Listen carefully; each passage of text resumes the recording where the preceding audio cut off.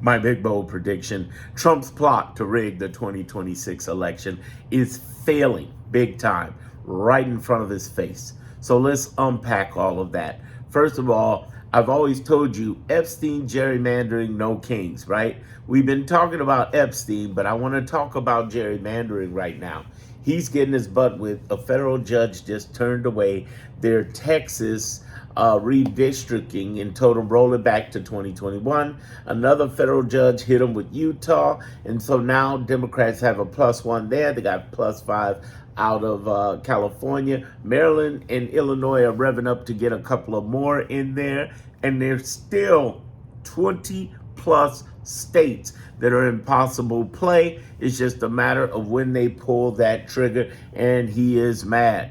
Plus, he's sending out all of these election observers, right? Here's the problem. The Fed judges are hitting them back saying, fuck your election observers. It ain't happening.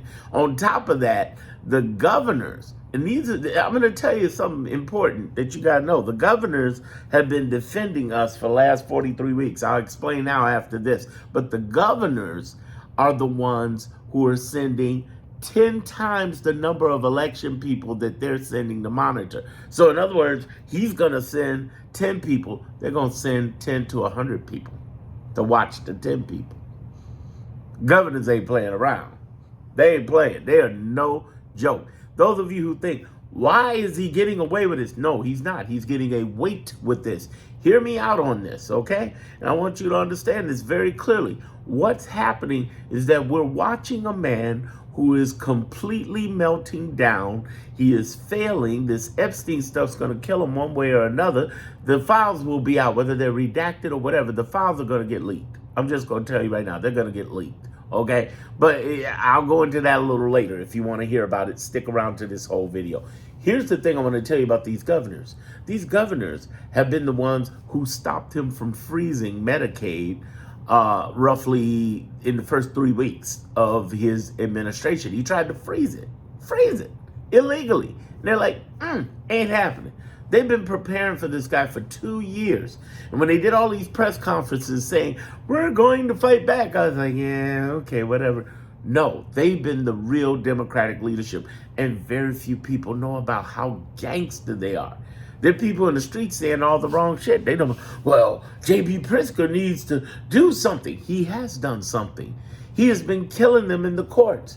They had to pull their troops back. They got to send what state troops they have sent to Illinois back here, here in Chicago. They've been failing because the way J.B. Pritzker has played it, the way Gavin Newsom has played it, the way that Kathy Hochul has played it, the way DeWitt has played it, and all the other governors have been very, very smart and strategic in the way they've been doing it. They've been killing them in the courts. They've been shutting them down, and they got to pull back. Plus, they spent a lot of money and they're getting called out on it. Here in Chicago, our mayor, Brandon Johnson, called them out so well. They're like, are you kidding? You sent all these troops, $100 million worth of troops to do nothing. You wasted the taxpayers' money. What's wrong with you? The messaging has been on point from a local Democratic level, meaning the governors, the county presidents, and the mayors and parish presidents have been on point in cities, whether they were red states or blue states. We've been killing them as the United States of America. Don't think for 1 second these people are running stuff. The governors have put hundreds of millions fighting, and they've been winning 70% on the lower courts.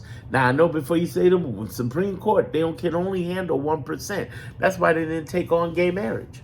They're in trouble. He's in trouble. He is failing. This whole attempt to grab 2026 is publicly known. And I told all of you this in previous videos over the month. I'm like, no, tactic known, tactic blown. The way he stole the you-know-what with Elon ain't happening again. It's like when you rob a local store, they're more alert because you robbed the local store. Elon got clever with some satellites, but we ain't going to go into that because YouTube is a bunch of capitulating ass bitches. And they gave this man $25 million. So I'm not trying to mess up on their forum or nothing. I'm just going to smile and tell you, what's going on. So let's talk about the rest of this, because I also told you, wow, as far as the governors are concerned, there's been some interesting fights along the way that people don't realize. We not only have the governors, but we have the hundreds of nonprofits, whether it be Indivisible, the ACLU, NAACP. I'm telling you, share this with everybody you know. Let them know we do have people fighting for us. There are three groups. I just said the governors and attorney generals. The second group, if you worry about Letitia James, don't. It is a BS thing. They're going to throw it out just like they're about to throw out James Comey because they mishandled it. They don't know what they're doing. It's incompetence. They don't understand the layers of our government. They don't understand the history, operation, laws of our government. So understand that they don't understand it so badly that they keep failing at 70% and only 1% of, because it's, there's only 9 of those Supreme Courts. Only 1% can handle it. That's why they didn't take on gay marriage and a whole bunch of other stuff they haven't taken on. They can't. There's 500 to 700 cases on the lower courts, and it's been proven that the Reagan, both Bush, and Trump-appointed judges are on point. Oh, by the way, these are appointed judges siding with us in addition to the Democrats. There's 677 federal judges across 94 districts in 50 states. Here's what you need to know. All of them aren't on our side, but 70% of the cases that had temporary injunctions, permanent injunctions, state injunctions, national injunctions, and actual rulings have been on our side. Actually, it's more than 70%. We're winning. It doesn't feel like it because we've been in the fight of our lives, getting our ass kicked across the board on several things. And it doesn't feel like we're winning when they're trying to take care, when they're trying to take away SNAP benefits and our affordable health care subsidies and shut down Medicaid, have the big, beautiful bill, which hasn't been in effect yet. And it doesn't all happen at the beginning of 2026, more after the end, because they're trying to get their Republican senators and other people in the door for the election. But there's a blue wave coming. The more he does this clown shit, the worse it gets. And him trying to grasp the election is the dumbest thing ever. This gerrymandering was stupid, and the Democrats won't point with it because the Democrats are headed up not by Congress. They're a shit show, as we all know. But they're 8 cave-in can't control their party minds. What I'm talking about is the Democratic governors and attorney generals. They have been local. See, here's Trump's weakness. At the national level, he's powerful. But at the local level, he's weak. He's weak. Even in states like Texas and Florida, do you know all the major cities are blue? And in those blue cities, therefore, have blue counties. So there's a lot of kickback, a lot of fight back coming from even the blue cities and counties. You talk about Chicago, LA, Portland, Memphis, DC, New York, fighting ICE. Let me tell you, Dallas has been fighting ICE. The head of Dallas police turned down $25 million to recruit ICE members in Dallas. What does that tell you? What does that tell you?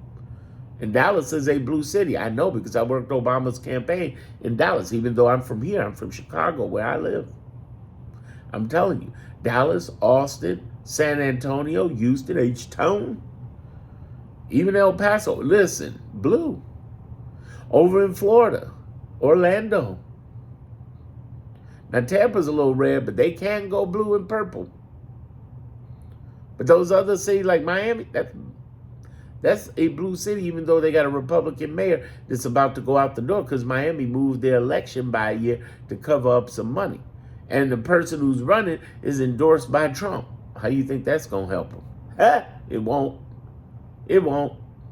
It won't. It won't. It won't. The other one, I think, is the competitor on our side, I think is also endorsed by Bernie, if I'm correct. But the point is, it's on. We got blue cities. Locally, we kick ass. Now, how did I find this out? Because after I worked, those of you who don't know, I worked Kamala Harris's campaign, part of the engagement team last year for the campaign.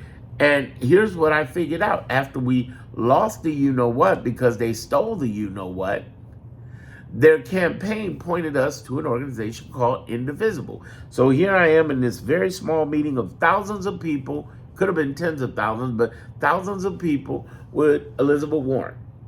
And Indivisible pointed out something that I hadn't thought about, and that's when I started really talking about things beyond the Kamala Harris campaign, the election. And that is that, do you know, we are more powerful locally. These are the United States. Notice I keep saying it that way. We are states, counties, parishes, almost half the union. You might as well say half the union is Democratic. And the most powerful states in the union are blue. With the exception of Texas and Florida, they ain't got nothing. We got everything. We got Illinois, New York, California. And we got the most industrial state. Why is that important to know? Because when we stand up, we stand strong. The other thing that's weakening them, and that's why they're losing, they're going to lose this election so big, is that this big, beautiful bill, these cutting back on ACA stuff, for trying to, at the very least, double their subsidies so that 20 million Americans get more than double the price, which means 4 million of them, 20%, are going to drop the subsidies, and more than 1% of that number, 50,000, are going to die next year if this happens, which is likely to happen, are going to die because they don't have the health care. They're going to die slowly and quickly. Both slowly, some quickly. And understand what the idea behind this, if this gerrymandering, is to save the voting rights. Now, we know that's coming up in Supreme Court next year, and they're voting to get rid of possibly the Voting Rights Act. That's why the Democratic governors have to act now. They got to get forceful and assume that's going to happen. If it doesn't, it's a major win for us. But if it does, we're prepared with the gerrymandering to fight back. And what that means is that the states in the South, black and brown people states in the South, will lose more representation. Out of 430 Congress people, do you know we only got 60 of black and brown? Only 60. We'll have less than that. They'll try to take away our representation so they can have more people Republican. We got to fight back. And the reason the Democrats have been wary in the governorships, because they know. I mean, like in Illinois, we already got majority Democratic. So it's like it's overkill, but it's really not. Because if we don't do this, these motherfuckers are trying to game the system. Now, I want you to understand, this whole Texas vote they just lost for the gerrymandering, they're going to appeal it. That's been his plan.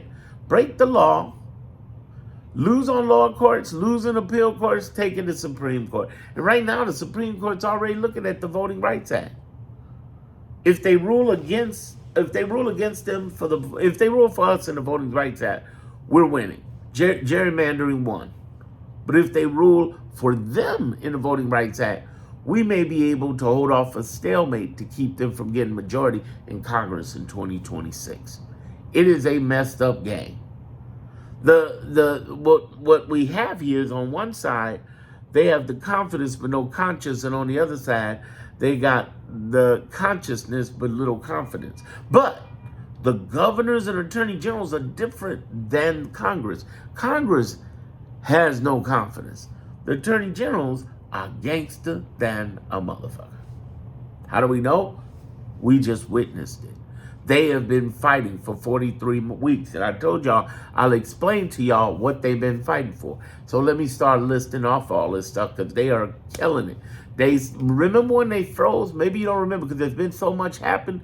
They froze $1 trillion in the first 3 weeks of the presidency. The governors and attorney generals, along with the ACLU and other nonprofits, got that back. Remember, we got 3 groups. I told you the hundreds of judges that have been fighting on the lower case courts to handle 99%, and there's 500, 700 cases out there, and they can't kick it up. So there's an advantage there for us, right there. Even the Reagan, both Bush, and Trump-appointed judges. It was the Trump-appointed judges that ruled against them in that redistricting in Texas. Then we have the hundreds of nonprofits like the ACLU, NAACP. Yes, black folks, NAACP been doing it. And Indivisible, which has been organizing. And then we have the 20 plus governors and attorney generals, and now we're going to have 2 more going in the next year from Jersey and Virginia. Ironically, the Virginia governor grew up in Jersey, and the Jersey governor grew up in Virginia. Ain't that a trip? I want you to understand that at the beginning of this administration, these governors and attorney generals fought to unfreeze $1 trillion, fought to unfreeze Medicaid, which, by the way, they fought these things that was happening across all 50 states.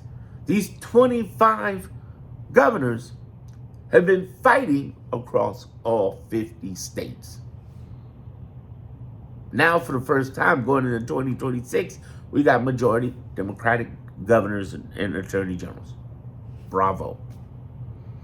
Here's the thing I want you to understand. Not only have they fought for Medicaid, not only have they fought to unfreeze, but you think about everything that Trump has done, they've been in court doing. To this very day, they suing 25 of them over the SNAP benefits, including DC. They're suing still in courts. They sued to get Elon, 15 of them sued to get Elon and Doge away from the departments in February. And they put in writing out of the DOJ. This is why Pam Bondi could go to jail and the prosecutors could go to jail. They put in an affidavit to Judge Chutkan saying, and I quote, Elon is not head of Doge. Problem is, Trump keeps saying he is. There is so many things that's going to happen to him. It's not even about him getting away with it. It's getting a wait. As in, wait for it. It's about to be your ass. Facts. Facts. I know you're frustrated. I know you're trying to hold on. But I do want you to understand my big bold prediction here is that this man is going to fail and try and take 2026 because of the gerrymandering, because the states are clapping back, sending their own election advisors watching. And in all the courts from Portland, California, over here in Illinois, and out east, there are people who are ruling against him sending troops and trying to get people. There's one other thing I think that's important I have to repeatedly say. I've said it for the last, November, since basically March. There's been this fear that he would do martial law or the Insurrection Act. If he does that, he'll be unseated as president. So I've dared him to do it for the last 9 months. And he's not going to do that because that's his end game. Don't believe me? Check my videos in the past. I've been saying that. For the last 7 months, I've been saying get rid of Schumer and Jeffrey. I've been basically calling this shit left and right by 99%. I called the shutdown. The only thing I didn't call was the 8 Democrats caving for money and for power and for a ploy through Schumer to absolutely make it worse with the Affordable Care Act. I know this sounds rough. Do you know these guys voted this in D.C., these 8 who are millionaires already? So it wasn't as much money as it was them voting to make it worse. So our numbers are even better in 2026. What do you mean? So basically, they knew the Affordable Care, they knew the subsidies. Trump wasn't going to sign them subsidies. They knew that the Congress wasn't going to do it. They wanted to make it more fucked up so it would be just that much of a push to win in 2026. And they playing with people's lives because, as I said earlier, if 10 million, 20 million people have to pay double the subsidy or even worse, because Trump's talking about he ain't going to sign nothing. If they have to do that, then what happens is 4 million of them will lose, at the very least, maybe all of them, lose their health care. But if at least 4 million lose them, 50,000 of those people, more than 1%, are going to die slowly or quickly. And those 8 know that. And Schumer knows that. And that son of a bitch set that up. We're going to have a tsunami, but it's going to cost people lives. And that's the horrible part. But the gerrymandering has to be done. But the extra people have to be done. But the court battles have to be done. It has to happen. because we're dealing with people who are just horrible, horrible people. And we have a Congress that's so weak in their leadership, they had 8 people cave and fuck us all up. But it ain't the end of the world. I believe in the law of polarity, everyone. Look it up. Law of polarity says it ain't all bad and it ain't all good. What's the good part since those 8 caved? Garcia came with that subpoena and got the Epstein estate out there. The pressure grew on Trump more to release the Epstein list. And as I've said repeatedly over the last several days, even though Congress signed it, even though Trump signed it, if they release this list, it's going to be bad on him. But if they redact anything from that list, it's going to be worse. If they hold back on the DOJ, it's going to be worse. And they're arrogant enough to do it. Our biggest fear in that, as I've said repeatedly, is if Donald Trump does what he did with fries and garbage. Remember, he served fries for McDonald's and he went on the garbage can. His ego doesn't do stuff like that, but he was willing to do it.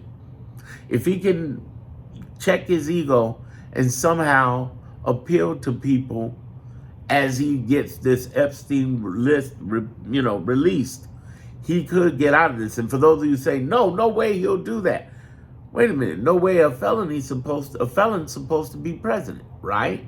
No way a 34 sex trafficking person's supposed to be a president, right? No way they're supposed to steal the you-know-what, right? No way that somebody got kicked out of the state of New York and got their license removed is supposed to still have their names up on everything, right? No way he's supposed to be doing this anyway. So could he do a Ronald Reagan like he did with Iran-Contra and just humbly talk his way out of this? This ain't his first time. But what we're betting on is he does the least likely thing. The unlikely thing, should I say. Oh, excuse me, we're betting on he doesn't do the unlikely thing, and then he sticks to his ego and tries to lie some more out of it. If he does that, the political pressure is going to get him, and here's the catch. The leak is going to come out. And during this whole year leading up to 2026, it's going to be a blue tsunami. We're going to have head of Congress. We're going to have enough people to impeach and remove this person the 3rd time around. But even before that, if it's enough pressure, in a matter of months, you could get him out on Epstein. And here's why I want that to happen. I want him out on the streets away from presidency because it opens him up to those minor cases where he's been messing around with the minors. It opens him up to that, and the state of New York, if he's done anything in New York, Letitia James could get him on criminal charges. And there's nothing that the federal government can do about it. Feds ain't gonna do it because it's still his feds, even if he's out. But if he's convicted, then J.D. Vance can't even pardon him because the president can't pardon a state convicted felon. And then of course, the civil suits come after him. This is a domino effect. You see where I'm going with this? That's why he's losing. That's why I predict he'll lose in 2026, and it'll lead to his failure for the rest of the administration, whether he's in office or not. J.D. Vance ain't shit. He's slick, him and the Heritage Foundation. But he ain't going to be able to rule things. Because now Congress is going to continue to clap back. Because if you got Trump out, you're going to hurt their chances of getting anything. It's going to be bad. And it's a win-win for us. The only thing we got to do is keep these coward-ass Democrat cavers away from anything. Whew, that's a job. That's a job. But hold tight. He's not stealing the election. Check out my next video.